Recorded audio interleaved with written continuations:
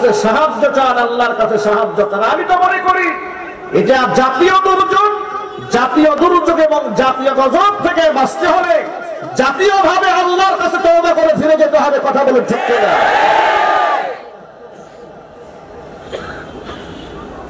কারণ হলো কোনটা আযাব আর কোনটা গজব এটা তো আমরা জানি না। আমার আল্লাহ পাক বলেন, যত মুসিবত তোমাদের জীবনে আসে, মুসিবত আমি এমনিতেই দেই নাই। ওয়ামা আসাবাকুম মিন মুসিবাতিন ফাবিমা কাসাবাত আইদিকুম ওয়া ইয়াফু আন কাসীর। যত বিপদ তোমাদের পাকড়াও করে সব তোমাদের নিজেদের হাতের কামাই করা। অসংখ্য মানুষকে তো আমি আল্লাহ ছাড় দিয়া দেই, ক্ষমা করে দেই, অসংখ্য বিষয়কে আমি আল্লাহ ছেড়ে দেই। আবার মাঝে মাঝে কিছু বিষয়ে তোমাদেরকে আমি পাকড়াও করি, সামান্য সাজার সম্মুখীন তোমাদেরকে করি। কেন করি সেটাও শোনো।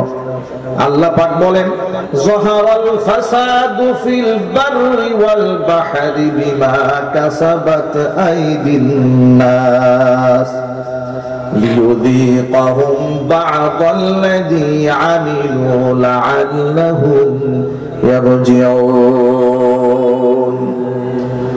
জলে এবং স্থলে যত প্রকারের বিপর্যয় হয়, যত প্রকারের ঘূর্ণিঝড় হয়, যত প্রকারের জলোচ্ছ্বাস হয়, অতিবৃষ্টি হয়, অনাবৃষ্টি হয়, খরতাপ হয়, যত প্রকারের মুসিবত তোমাদেরকে পাকড়াও করে, সব মানুষের হাতের কামাই করা।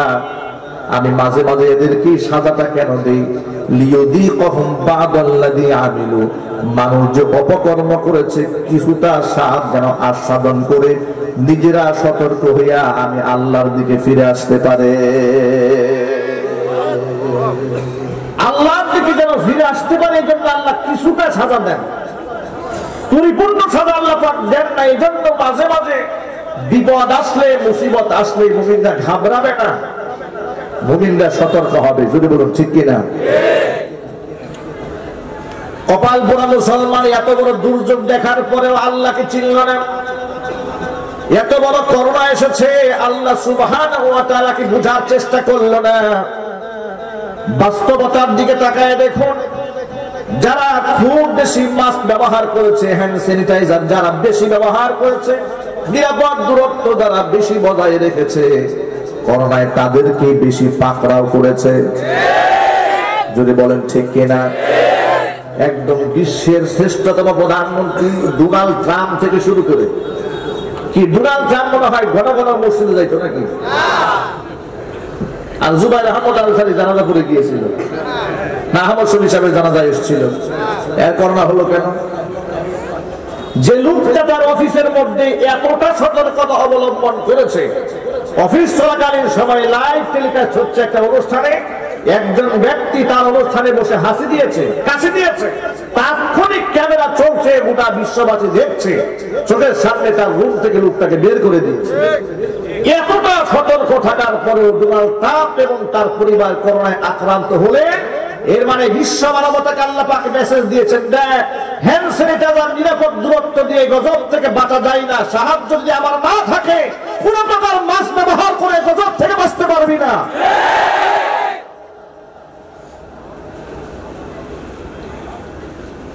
এই গজব যখন দেশের মধ্যে শুরু হয়, আমি জাতীয় পর্যায়ে দুই একটা প্রোগ্রামে অংশগ্রহণ করেছিলাম। জাতিকে সচেতনমূলক ভাবে দেশের স্বাস্থ্য মন্ত্রণালয় থেকে বেশ কয়েকটা মিটিং হয়েছে। আমি একটা মিটিং এর মধ্যে সেখানে বসেছিলাম। আমাকে দাওয়াত দেওয়া হয়েছিল এই জন্য যে আমি তো কথা বলি। আমি মুটবাজার কেন্দ্রীয় জামে মসজিদের একজন খতিব, আমার পেছনে হাজার হাজার মানুষ নামাজ পড়ে।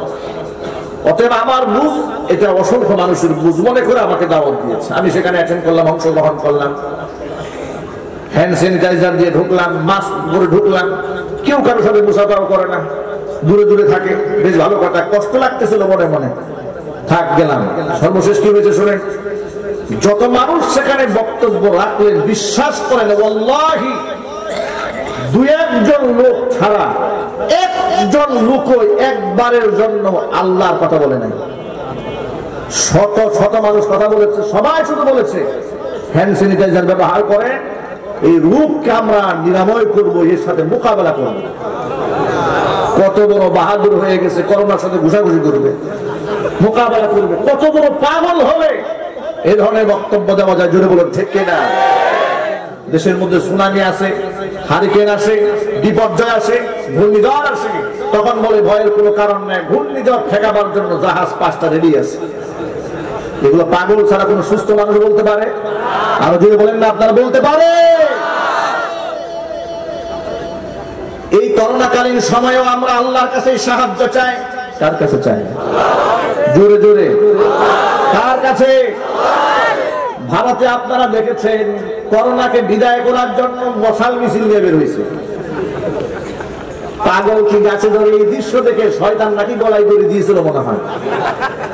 করোনা বিদায় করার জন্য মশাল মিছিল বের করেছে ভারতে। শুধু মশাল মিছিল নয়, কাঁসার প্লেটে, স্টিলের প্লেট, এই প্লেটের মধ্যে একটা হাতুড়ি নিয়ে জোরে জোরে আওয়াজ দিচ্ছে, পেটাচ্ছে আর বলতেছে করোনা দূর হয়ে যায়, করোনা দূর হয়ে যায়। ভাই আমার, একটুখানি ভেবেছেন মানুষ কতটা কমন সেন্স ছাড়া হলে, মানুষের বিবেক বুদ্ধি কতটা নিষ্ক্রিয় হয়ে গেলে, কতটা ব্যর্থ হয়ে গেলে তারা ঢুল বাজাইয়া সারা গা দেখেও তৃপ্ত হয় নাই, এটাকে জুস বানিয়ে পান করা শুরু করেছে। যার কারণে প্রধান ধর্মগুরু যিনি গরুর পেশাব পান করতে করতে ক্লান্ত হয়ে সর্বশেষ হসপিটালে ভর্তি হয়েছে। এই দৃশ্য আপনারা পত্র পত্রিকায় পেয়েছেন। কারো ধর্মীয় মূল্যবোধে হিট করার জন্য বলিনি, শুধুমাত্র আমি বোঝাতে চেয়েছি আপনাদের কাছে যে সাহায্য যদি আল্লাহর পক্ষ থেকে না আসে, গরুর পেশাব খান, গোবর খান, গায়ে মাখেন, ঝুল পিটান, তবলা বাজান, নারেঙ্গি আর সারেঙ্গি দিয়ে আর মোকাবেলা করবেন শব্দ দিয়ে, এই গজব থেকে কি বাঁচা সম্ভব হবে? না, বাঁচা সম্ভব হবে না।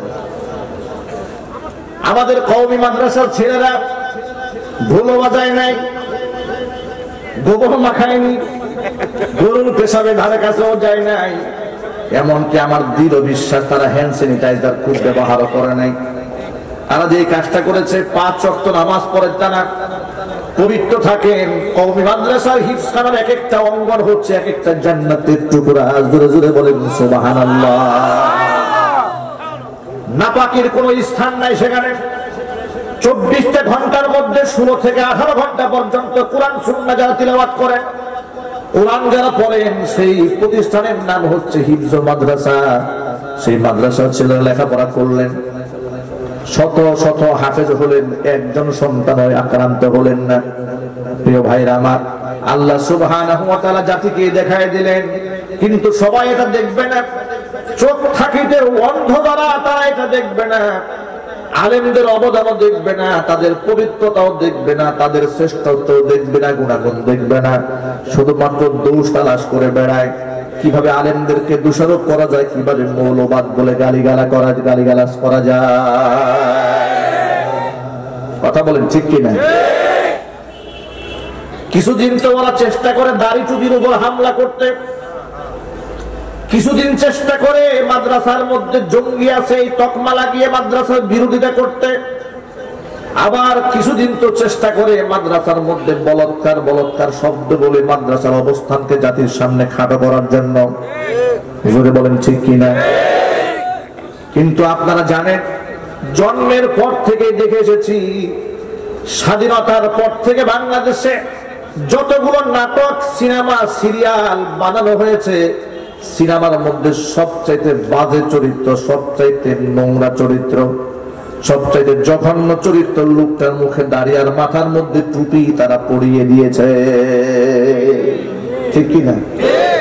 ছোটবেলায় যখন দেখতে পার ভাবতাম যে দাড়িওয়ালা লোকটা আসলে খুব খারাপ লোক মনে হয়, মাথার মধ্যে টুপি নিয়ে আর মুখের মধ্যে দাড়ি নিয়ে কি জঘন্য কাজগুলো এরা করে।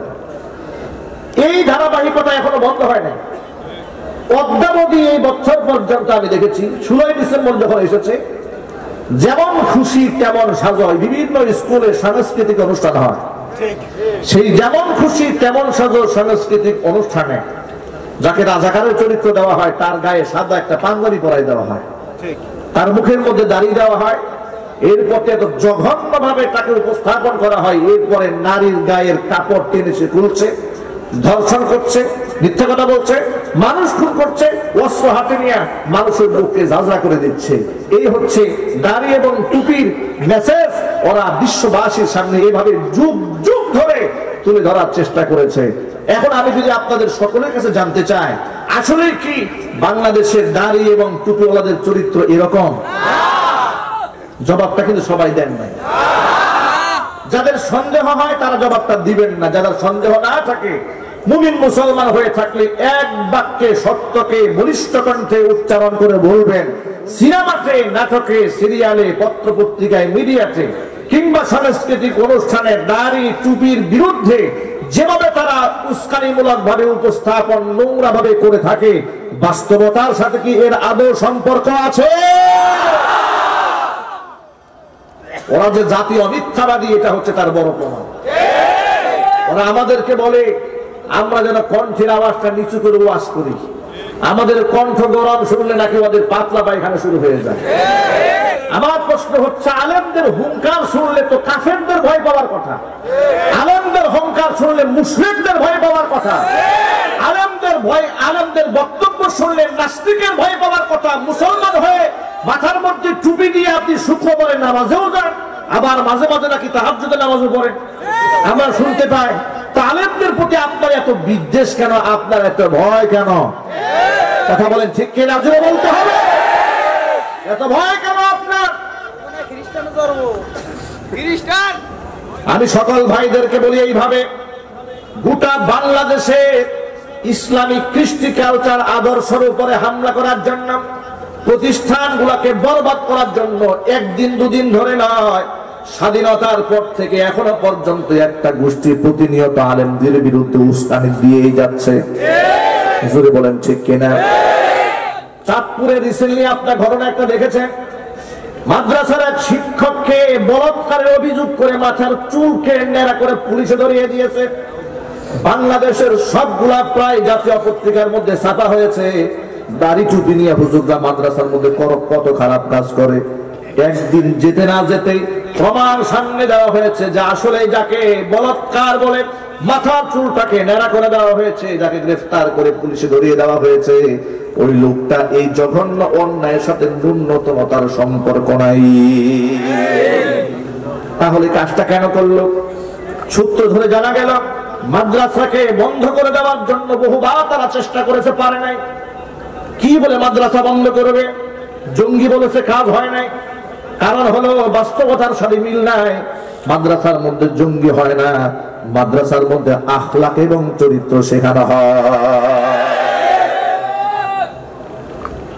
পারে নাই এভাবে আঘাত করতে। তারা মনে মনে ভাবলো যদি একটা অপবাদের বোঝা কাদের উপর চাপায় দেওয়া যায়। আর হলুদ মিডিয়ার হলুদ সাংবাদিকরা সব সময় তো উকি মেরেই থাকে কিভাবে আলেমদের বদনাম করানো যায়। পত্রিকায় ছাপাই দিল। দুদিন পর যখন ঘটনা বাস্তবতা জাতির সামনে এসছে, তখন কিছুটা ধোঁয়াশা কেটেছে, কিন্তু জাতীয় সবগুলো পত্রিকায় নতুন করে সংবাদটা আর ছাপায় নাই। এই যে ভুল নিউজ, একটা বাজে নিউজ গোটা বিশ্বময় ছড়ায় পড়ল। মাদ্রাসার উপর একটা ভালো একটা খারাপ একটা ব্লেম দেওয়ার জন্য, জঘন্য একটা অপবাদ দেওয়ার জন্য চেষ্টা তারা এভাবে যুগ যুগ ধরে চালিয়েছে। ডকুমেন্টের কারণে, দলিলের কারণে কিংবা মিডিয়া শক্তি না থাকার কারণে আলেমরা সত্যকে তুলে ধরতে সাহস পায় না। জোরে বলুন ঠিক কিনা? কিন্তু আমি বলতে চাই, এইরকম অপবাদ দিয়ে, এরকম জুলুম করে বাংলার মাটি থেকে ইসলামকে মেটানো সম্ভব হবে না। মাদ্রাসা বন্ধের ষড়যন্ত্র করলেও কাজ হবে না। কারণ এদেশের প্রত্যেকটা ইঞ্চি মাটির সাথে, এদেশের প্রত্যেকটা মুসলমানের কলিজার সাথে আর রক্তের প্রতিটা করার সাথে ইসলামের মহাব্বত, কোরআনের মহাব্বত, দ্বীনের মহাব্বত, আলেমদের মহাব্বত আল্লাহ সুবহানাহু ওয়া তাআলা গেঁথে দিয়েছে। আমি আমার সকল ভাইদেরকে বলি, ভাইয়েরা আমার, মাদ্রাসার সন্তানরা কি আমল করলেন আল্লাহ পাক তাদেরকে করোনা থেকে হেফাজত করলেন। 5 ওয়াক্ত নামাজ পড়েছেন, ওযু করেছেন, পবিত্র থেকেছেন, কোরআন কারীম তিলাওয়াত করেছেন, সাহায্য করেছেন কে? আল্লাহ। আর জোরে আল্লাহ।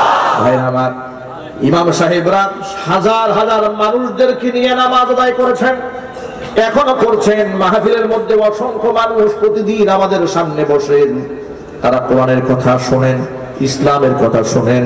আমি তো ভরসা রেখে আল্লাহর উপর ভরসা করে বলতে চাই, বেশি বেশি কোরআনের মাহফিলে যারা আসবে, বেশি বেশি মসজিদে যারা যাবে, বেশি বেশি আল্লাহর সাথে সম্পর্ক যারা রাখবেন, তাদেরকে আল্লাহ সুবহানাহু ওয়া তাআলা গজব থেকে হেফাজত করবে। এরপরও যদি আমার কোনো ভাই আক্রান্ত হন, অসুস্থ হন, তো আমার ঘাবড়াবার কোনো কারণ নাই। এই নিউজটাও শুনে রাখেন, যদি দেখা যায় হাজার সতর্কতা থাকার পর আমার ঈমান হলো, আমার বিশ্বাস হলো, কোন ঈমানদার যদি কোনো গজবে আক্রান্ত হয়ে যান, কারণ মহামারী যখন দেখা যায়, ঈমানদার, বেঈমান, মুনাফিক আর ভালো মানুষ, খারাপ মানুষ সব এক যুগে আক্রান্ত হয়ে যায়। কিন্তু ঈমানদারের হারাবার কোনো ভয় নাই, খোয়াবার কিছুই নাই। তার কারণ নবী করিম সাল্লাল্লাহু আলাইহি সাল্লাম বলে দিয়েছেন, মান মাতা ফি তাউন ফাহুয়া শাহীদুন। কোন ঈমানদার যদি মহামারীতে আক্রান্ত হয়ে যান, আল্লাহ পাক তাকে শাহাদাতের মর্যাদা নসিব করায়া দেয়। ঈমানদার যদি কষ্ট পান, ভয়ের কোনো কারণ নাই। ঈমানদার যদি জেলে যায়, তারপরে ভয়ের কারণ নাই। ঈমানদার যদি পেরেশান হয়ে যায়, তারপরে ভয়ের কারণ নাই। ঈমানদার যদি ক্ষত বিক্ষত হন, তার ভয়ের কারণ নাই। কারণ হলো, লক্ষ্য করেন কোরআন মাজিদের আয়াতে কারিমা, মাইয়ামাল সুআন ইউজযা বিহি। কোন ব্যক্তি যদি একটা গুনাহ করে, অবশ্যই তার প্রায়শ্চিত্ত তাকে ভোগ করতে হবে। এই আয়াতটা যখন নাজিল হয়ে গেল, আবু বকর সিদ্দিক রাদিয়াল্লাহু তাআলা আনহু বলেন, আয়াতটা যখন আমি শুনলাম, আমার এই পিছনের মেরুদণ্ডের হাতটা এমন ভাবে টাস টাস করে মনে হয় ফুটে যাচ্ছিল ব্যথায়। আমি যেন ব্যথা অনুভব করতেছিলাম, আমার চেহারা ফ্যাকাশে হয়ে গেল। আবু বকর সিদ্দিক বলেন, নবীজি আমার চেহারা দেখে বললেন, আবু বকর মালাকা, কি ব্যাপার, কি হয়েছে আপনার, আপনি এমন করেন কেন? আবু বকর বলেন, নবীজি আপনি যে আয়াত শোনাইছেন, আয়াত শোনার পর থেকে আমার কলিজা তো ভয়ে প্রকম্পিত হয়েছে। আমি যেন স্বস্তি থাকতে পারতেছি না। কারণ আল্লাহ পাক কোরআন শরীফে বলেছেন, মাইয়ামাল সুআন ইউজযা বিহি। একটা মাত্র গুনাহ করলেও বদলা অবশ্যই দেওয়া হবে।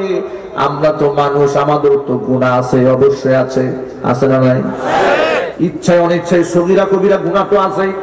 তো আল্লাহর ফয়সালা যদি এমনই হয় যে কাউকে ছাড় দেওয়া হবে না, একটা গুনাহ হলেই অ্যাকশন নেওয়া হবে, তাহলে আমাদের উপায় কি? আল্লাহর হাবিব বললেন, আবু বকর আপনার ভয় পাওয়ার কোনো কারণ নাই, হতাশ হওয়ার কোনো বিষয় নাই। তার কারণ, ও আবু বকর আপনি কি হুচট খান না? আবু বকর বলেন, নবীজি আমি চলার পথে অনেক সময় হুচট খাই।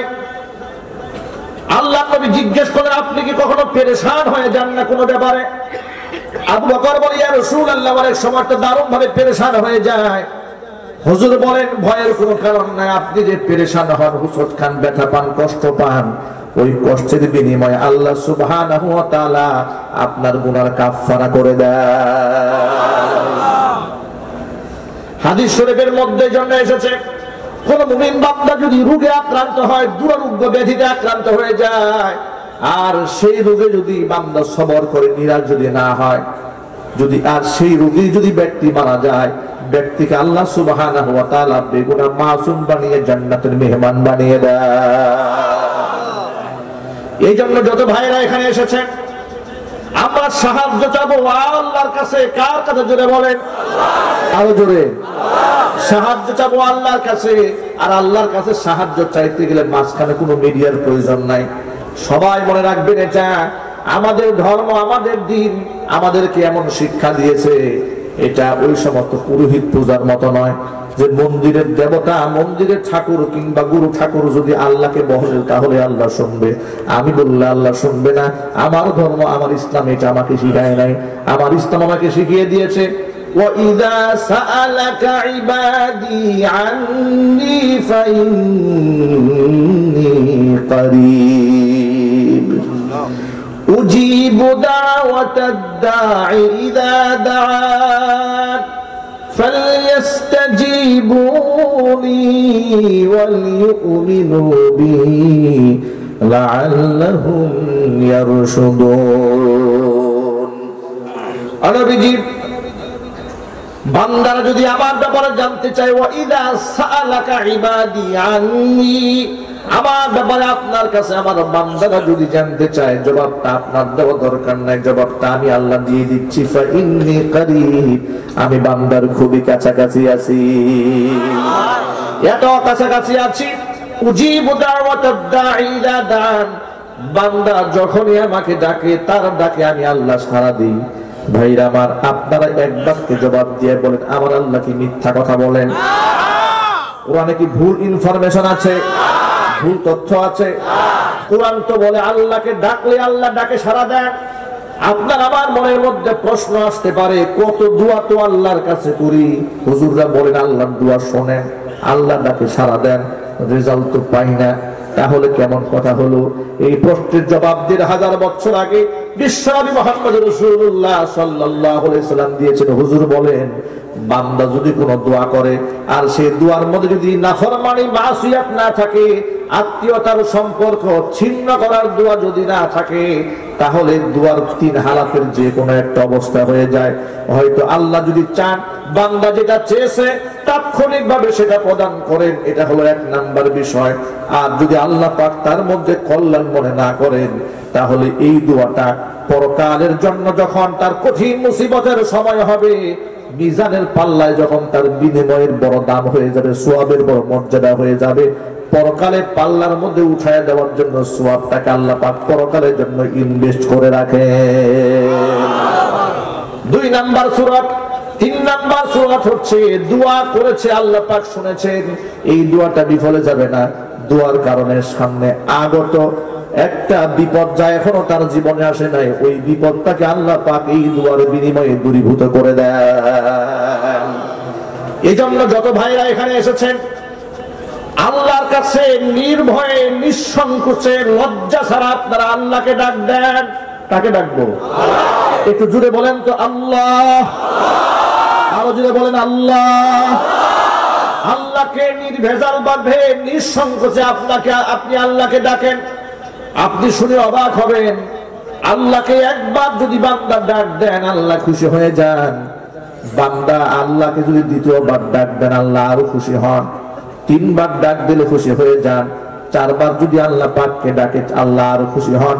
৫ম বার যখন বান্দা আল্লাহকে ডাকেন, আল্লাহ শুধু খুশি হন না, ফেরেশতাদেরকে ডেকে বলে, ফেরেশতারা, যে বান্দা আমার কাছে ৫ বার চেয়েছে, ৫টা বার আমাকে ডাক দিয়েছে, সে শুধু আমার বান্দা নয়, এই বান্দা হচ্ছে আমার নিকটতম বান্দা, তাকে নিকটতম বান্দাদের তালিকার মধ্যে ওর নামটা উঠাইয়া দে।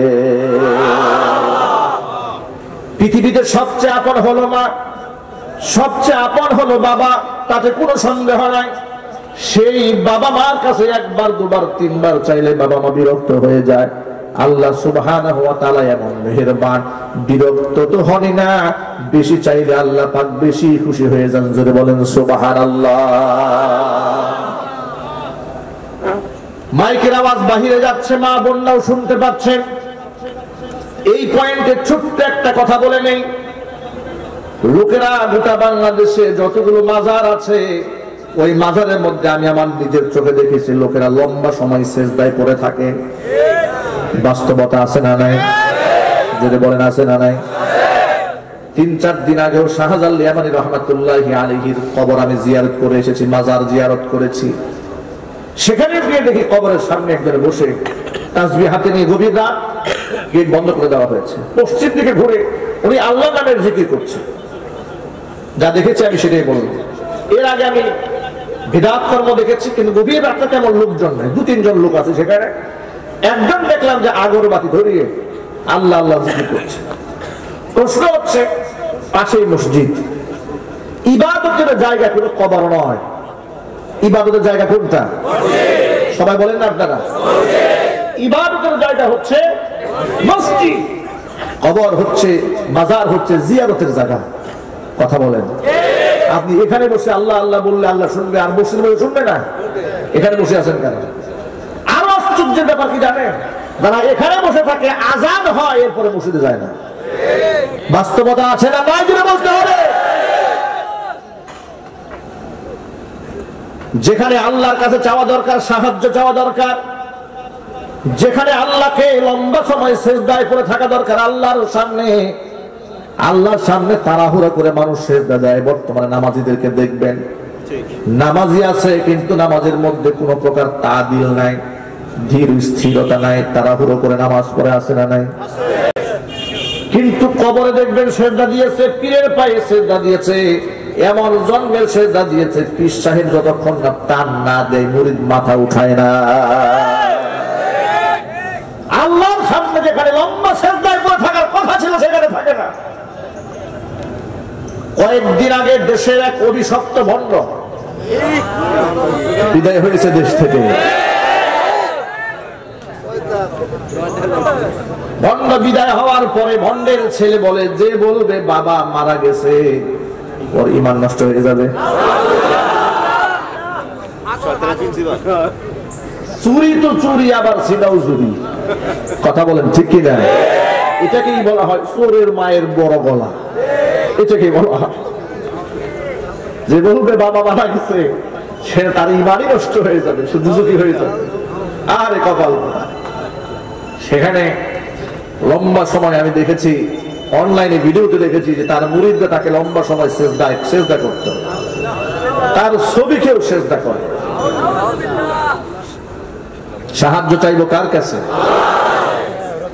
আল্লাহ সুবহানাহু ওয়া তাআলার কাছে সাহায্য চান। আল্লাহ পাক যদি আমাকে সুস্থ রাখতে চান, কেউ আমাকে অসুস্থ বানাতে পারবে না। আর আল্লাহ যদি অসুস্থ বানাতে চান, দুনিয়ার কোন মাছ আমাকে সুস্থ রাখতে পারবে না। যদি বলেন ঠিক কিনা? আল্লাহ পাক কোরআনের সাথে মাদ্রাসার সাথে আমাদের হৃদয়ের সম্পর্ক বানায় দেন। আর যদি বলেন আল্লাহুম্মা আমিন। প্রিয় ভাইরা আমার, আদর্শমত হতে চায়, নামে মাত্র মুসলমান হলে চলবে না। ইসলাম তো গতানুগতিক ভাবে নাম সর্বস্ব, কোন ধর্মের নাম নয়। হিন্দু ধর্ম যেমন মন্দির কেন্দ্রিক, খ্রিস্টান ধর্ম যেমন গির্জা কেন্দ্রিক, ঠিক কিনা? ইসলাম ধর্ম কি মসজিদ কেন্দ্রিক? এরকম একটা ধর্ম নাকি? অনেক মুসলমানদেরকে এ কথা আমি বুঝাতেই পারি না। এ কথা বলতে গেলেই বলে হুজুর তো রাজনীতির ওয়াজ করে।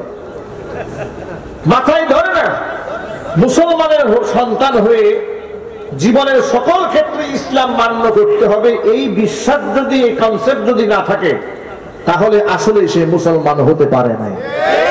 কথা বলেন ঠিক কিনা? আপনারা সকলেই বলেন আমাদের ধর্ম কি শুধুমাত্র মসজিদ কেন্দ্রিক?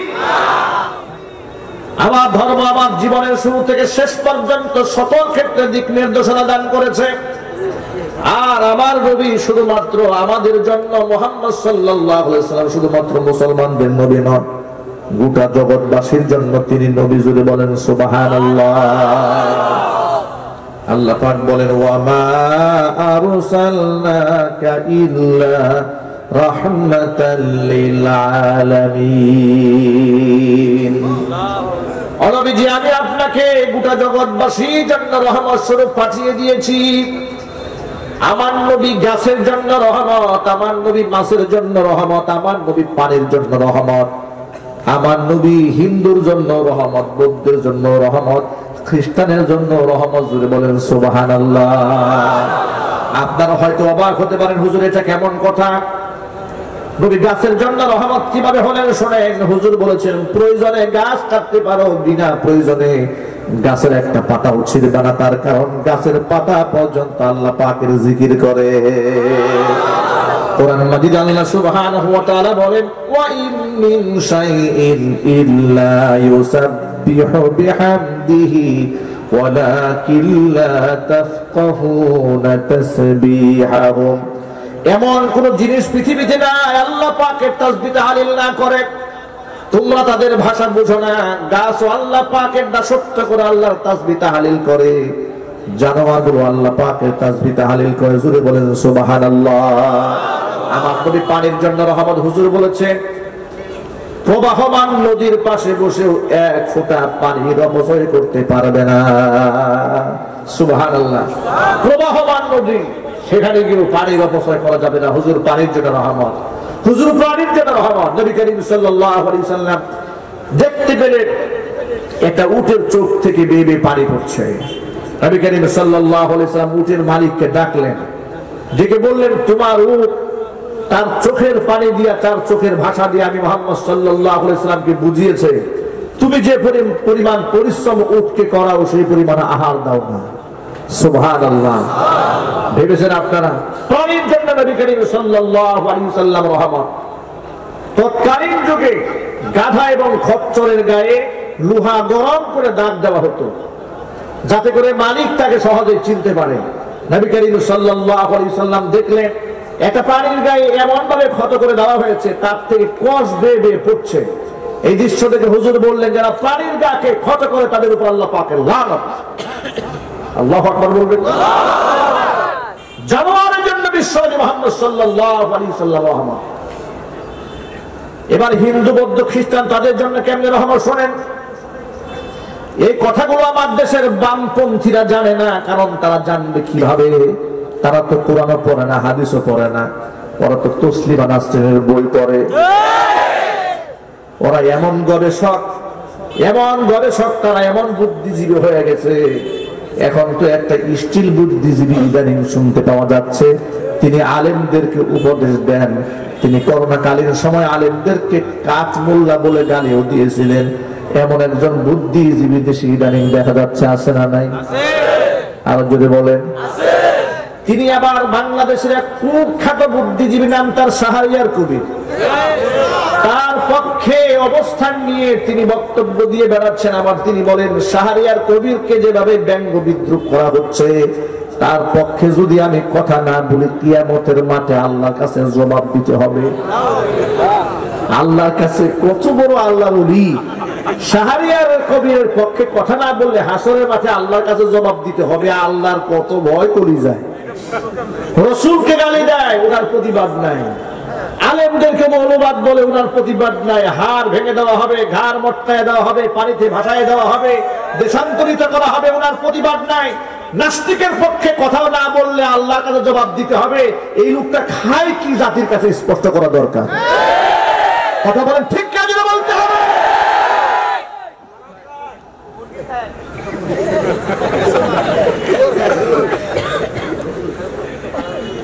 প্রিয় ভাইরা আমার, ইসলাম হচ্ছে শান্তির ধর্ম। অন্যায়ের ক্ষেত্রে আপনি প্রতিবাদ করতে হবে, এটা ঠিক, কিন্তু আপনি ইসলামের পক্ষে কথা বলেন, আল্লাহর পক্ষে কথা বলেন, নবীজির পক্ষে কথা বলেন। আপনারা অনেক সময় আমাদেরকে বলেন, হুজুর আপনারা এত গরম হন কেন মাহফিলে? বলে কিনা? বলে না? ওরা অভিযোগ তুলেছে, হুজুর ভাই এত চিৎকার দিয়ে কথা বলে কেন? মিষ্টি মিষ্টি কথা বলতে পারে না, কেঁদে কেঁদে বলতে পারেন, তাহলে তো মাহফিলগুলো ঠিক থাকে। এত গর্জন দেয় কেন হুজুররা? আমি আমার সকল ভাইদেরকে এই কথাটা বোঝাবার জন্য বলি, ভাষা দুই রকম। একটা হচ্ছে উপদেশের ভাষা, আরেকটা হচ্ছে সতর্ক করার ভাষা। দুই ভাষা কি এক ভাষা? যদি বলেন, বাচ্চাকে যখন আদর করবেন, সোহাগ করবেন, বাচ্চাকে যখন পড়াবেন, আল্লাহ চেনাবেন, রসুল চেনাবেন, মিষ্টি মিষ্টি কথা বলে শেখাবেন। যখন দেখবেন এই বাচ্চা না বুঝে হঠাৎ করে আগুনের মধ্যে হাত দিতে যাচ্ছে, তখন আপনি কি করবেন? তখন একটা ধমক দিবেন জোরে সোরে। কথা বলেন ঠিক কিনা? নাকি তখন বলবেন যে আব্বা যান, আপনি আগুন ধরছেন, ওখানে যাবেন না? কি বলেন? এইভাবে শুনলে বাচ্চা বলবে এটা ভালো করে মিষ্টি মনে হয়, এটা খাওয়া দরকার। কথা বলুন ঠিক কিনা? এটা যদি আপনারা সহজে বুঝেন, একজন আলেম আপনাদেরকে হিদায়েতের কথা বলেন, মিষ্টি মিষ্টি কথা শোনান, কাহিনী শোনান। যখন সে দেখতে পান যে আপনি জাহান্নামের পথে পা দিচ্ছেন, আপনি জাহান্নামের দিকে হাত বাড়িয়েছেন, পা বাড়িয়েছেন, তখন এই জাহান্নাম থেকে বাঁচার জন্য আলেম আপনাকে ধমকের সুরে কথা বলেন। আর সেই ধমকের ভাষাটা একটু কঠিন হয়, একটু শক্ত হয়।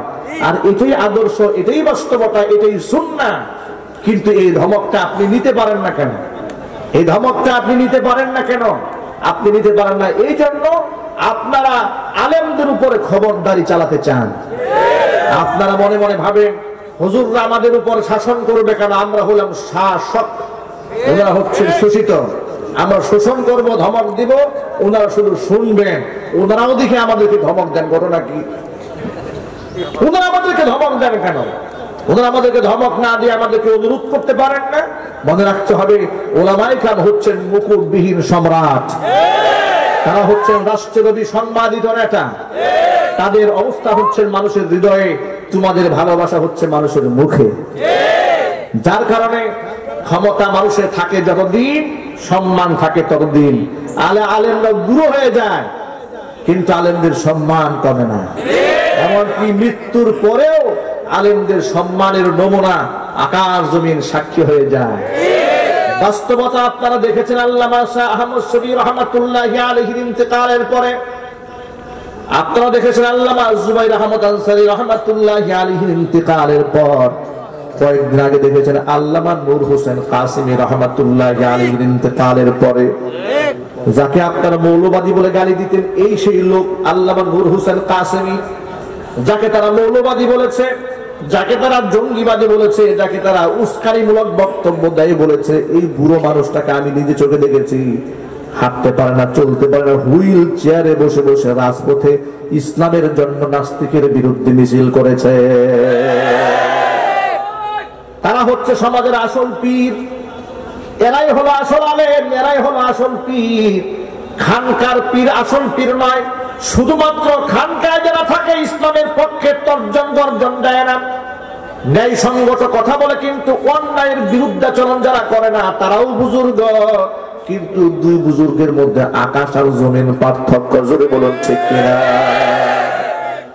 তারা হচ্ছেন নকল বুজুর্গ, তারা হচ্ছে সত্য থেকে যারা জবানকে বিরত রাখে। নবী করিম সাল্লাল্লাহু আলাইহি সাল্লাম বলেছেন, আস-সাকিতু আনিল হাক্কি শাইতানুন আখরাস, সত্য থেকে জবান যারা বিরত রাখে তা এরা হচ্ছে বুবা শয়তান। এখন সমাজের মধ্যে আলেমদের মধ্যে ভাগ হয়ে গেছে। বাতিলদের কাছে কিছু আলেম বড় প্রিয় আর কিছু আলেম বড় অপ্রিয়। কথা বলেন ঠিক কিনা? বাতিলদের কাছে প্রিয় কারা শোনেন? চুরি করে চোখে দেখে না, ডাকাতি করে চোখে দেখে না, ইসলামের বিরুদ্ধে কথা বলে চোখে দেখে না, দেখেও দেখে না, শুনেও শুনে না, বুঝেও বুঝে না। এই যেন সুম্মুন বুকুমুন উমিয়ুন ফাহুম লা ইয়ারজিউন। কথা বলেন ঠিক কিনা? এরকম যারা থাকবে, অন্যায়কে যারা মেনে নিবে, এই সমস্ত হুজুরদেরকে তারা বড় পছন্দ করে, বলে এরা হলো আধ্যাত্মিক হুজুর। কথা কয়, এরা হলো আধ্যাত্মিক হুজুর। আর যে হুজুর প্রতিবাদী, যে হুজুর হুঙ্কার দেয়, যে হুজুর ধমক দেয়, তাদেরকে বানিয়েছে এরা হলো মৌলবাদী হুজুর। এখন আমি যদি আপনাদের কাছে জানতে চাই, কেউ যদি ইসলাম এবং আল্লাহ তার রাসূল কোরআনের আদর্শের বিরুদ্ধে কথা বলে, আমি কি ধমক দেব না, নাকি সুমা দেব গিয়া? আরো জোরে বলতে হবে। মনে রাখবেন, ইসলামের মধ্যে নরমি যেমন রয়েছে, দ্বীনের স্বার্থে ইসলামের মধ্যে গরমও আছে, না নাই? আবু বকরের চাইতে নরম তো পৃথিবীতে কেউ ছিল না, ঠিক কিনা? বদর যুদ্ধ হয়ে গেল, 70 জন কাফের গ্রেফতার হলো। নবী করিম সাল্লাল্লাহু আলাইহি সাল্লাম পরামর্শ করলেন, ও সাহাবীরা, এই যে 70 জন গ্রেফতার হয়েছে, তাদের ব্যাপারে কি করা যায়, তোমরা পরামর্শ দাও। আবু বকরের কাছে পরামর্শ চাইলেন। আবু বকর বললেন, নবীজি, যারা ধরা পড়েছে আমাদের কারো না কারো আত্মীয়, কারো না কারো চাচা, কারো না কারো ভাই, কারো না কারো বাবা, এদেরকে হত্যা করে লাভ নাই। আমরা যেহেতু মুসলমানরা অর্থনৈতিক ভাবে এতটা দুর্বল, মুক্তিপণ নিয়ে এদেরকে বিদায় করে দেওয়া যায়। অপশন দুইটা, ফায়দা হলো দুইটা। মুক্তিপণ নিয়ে বিদায় করে দিলে একটা হলো আমরা অর্থনৈতিক ভাবে স্বাবলম্বী হলাম, দ্বিতীয়ত এই মানুষগুলা পরবর্তীতে কালিমা পড়ে মুসলমান হওয়ার একটা সুযোগ রয়ে গেল। অধিকাংশ সাহাবায়ে কেরাম এই মতামত ব্যক্ত করলেন। সর্বশেষ নবী করিম সাল্লাল্লাহু আলাইহি ওয়াসাল্লামের সাহাবী হযরত উমরকে রাসূল জিজ্ঞেস করলেন, হাদিসটা মুসলিম শরীফে এসেছে, ওমা রায়ুকা ইয়া ওমর, হে ওমর তোমার রায় কি? ঠান্ডা সাহাবী, ঠিক না? সবাই যখন এই রায় দিয়েছে, মতামত ব্যক্ত করেছে, ওমর ফারুক রাদিয়াল্লাহু তাআলা আনহু একটু কঠিন ভাষায় রাগান্বিত হয়ে বললেন, ওয়াল্লাহি মা রাআইতু মা রাআ আবু বকর সিদ্দিক। নবীজি, আমি আল্লাহর কসম করে বলি, আবু বকর যে রায় দিয়েছে ওই রায়ের সাথে আমি একমত হতে পারি নাই। যারা আমাদেরকে মাত্র 317 জন দুর্বল মনে করে, সবলে উৎপাদন করে দেওয়ার জন্য অস্ত্রে শস্ত্রে সজ্জিত হয়ে 1000-এর বাহিনী যারা আমাদেরকে বদর প্রান্তে হামলা করেছে, যারা আমার নবীকে হত্যা করতে চেয়েছে, যারা মুসলমানদের নাম নিশানা জমিন থেকে মিটিয়ে দিতে চেয়েছে, নবীজি আল্লাহর কসম করে বলি তাদের সাথে আমার কোনো কম্প্রোমাইজ নাই। আমার সিদ্ধান্ত জানতে চেয়েছেন, আমার রায় হচ্ছে তলোয়ার আমার হাতে উঠায় দেন। আমার আত্মীয় স্বজন, আমার রক্তের আত্মীয় যারা, তাদের কল্লা উড়াবো আমি নিজের হাতে। আবু বকরের হাতে তরবারি উঠায় দেন। আবু বকরের রক্তের সম্পর্কের যারা ধরা পড়েছে তাদের কল্লা আবু বকর নিজের হাতে উড়াবে। উসমানের হাতে তরবারি উঠায় দেন। উসমান নিজের হাতে নিজের আত্মীয়দের কল্লা উড়ায় দেবে। আপনারা অবাক হয়ে যাবেন। আল্লাহর নবী, রহমতের নবী, মায়ার নবী এত কঠিন সিদ্ধান্ত গ্রহণ না করে অধিকাংশ সাহাবায়ে কেরাম যে রায়টা দিয়েছেন, আবু বকর যে রায় দিয়েছেন তার পক্ষে নবীজি মতামত ব্যক্ত করলেন। কিন্তু পরক্ষণে আল্লাহ সুবহানাহু ওয়া তাআলা ফজরের নামাজের সময় কোরআন মাজিদের আয়াত নাজিল করে ঘোষণা করে দিলেন, উমর যে রায় দিয়েছে সেই রায় আল্লাহর পছন্দ হয়ে গেছে। ভাইরা আমার, আবু বকর সিদ্দিক রাদিয়াল্লাহু তাআলা আনহু বড় নরম তবিয়তের সাহাবী, সব সময় নরম সিদ্ধান্ত দিতেন। মদিনার রাস্তা দিয়ে হেঁটে যাওয়ার সময় একদিন শুনতে পেলেন ফানহাস নামক এক ইহুদি কাফের নবী করিম সাল্লাল্লাহু আলাইহি সাল্লামকে কটাক্ষ করে, আল্লাহকে গালমন্দ করে আবু বকরকে শোনায় শোনায় বলতেছে, ও আবু বকর শোনো, আল্লাহর ব্যাপারে ওই ফানহাস ইহুদি পণ্ডিত বলে যে আল্লাহর কথা তোমাদের নবী বলেন, তোমাদের কোরআনের আয়াত অনুযায়ী ওই আল্লাহ হলো ফকির, ওই ফকির আল্লাহর কোনো দরকার আমাদের নাই। জোরে জোরে বলেন নাউজুবিল্লাহ।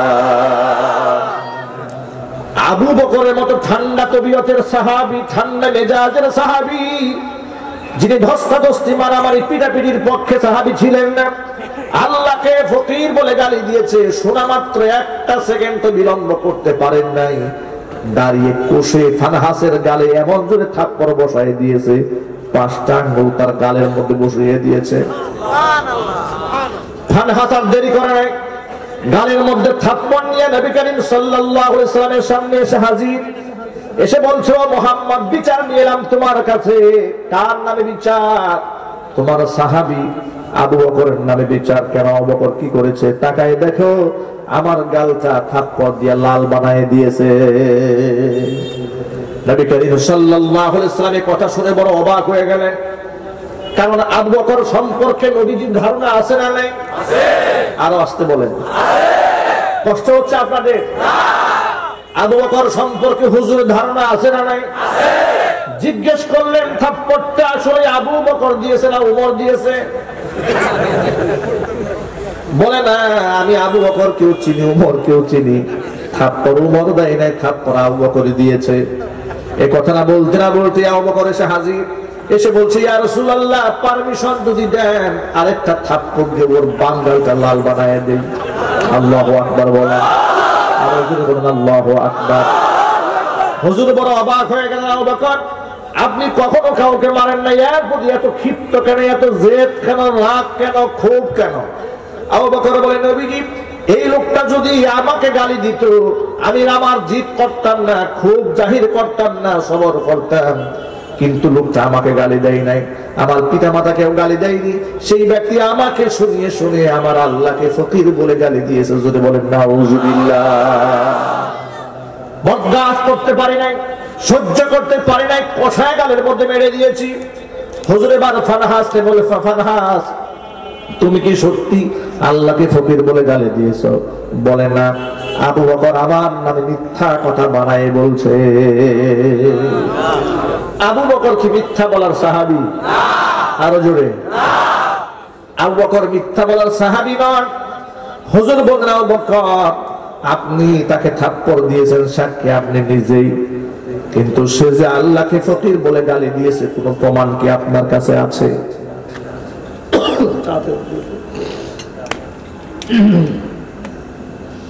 ফকির বলে গালি দিয়েছে কোন প্রমাণ আছে? আবু বকর বলেন, নবীজি, যেখানে আমি তাকে থাপ্পড়টা মেরেছি পাশে যারা ছিল সবগুলাই ইহুদি, আমার পক্ষে তো কোনো সাক্ষী নাই। ভাই আমার, একটুখানি বোঝার চেষ্টা করেন ঠান্ডা মাথায়। আল্লাহর নবী এখন বিচার করবেন, আপনারা বলেন হুজুর কি পার্সিয়ালিটি করবেন? স্বজনপ্রিয়তা করবেন? আরে ইসলামের বিচার ফয়সালা যদি মুসলমানরা মানত, মুসলমানরা ইসলামের বিচার ফয়সালা না দেখে ব্রিটিশরা কি ফয়সালা করে সেটা মানতে চায়। কথা বলেন ঠিক কিনা? যার কারণে হাজার হাজার মামলা পেন্ডিং থাকে, নিরপরাধ মানুষ দিনের পর দিন জেল খাটে, কোনো ফায়দা পায় না। কথা বলেন ঠিক কিনা? নাই এরকম নাই? আছে না নাই? আর ইসলামের বিচার ফয়সালা কতটা স্বচ্ছ, কতটা সুন্দর, এ ব্যাপারে বলতে গেলে লম্বা সময়ের দরকার।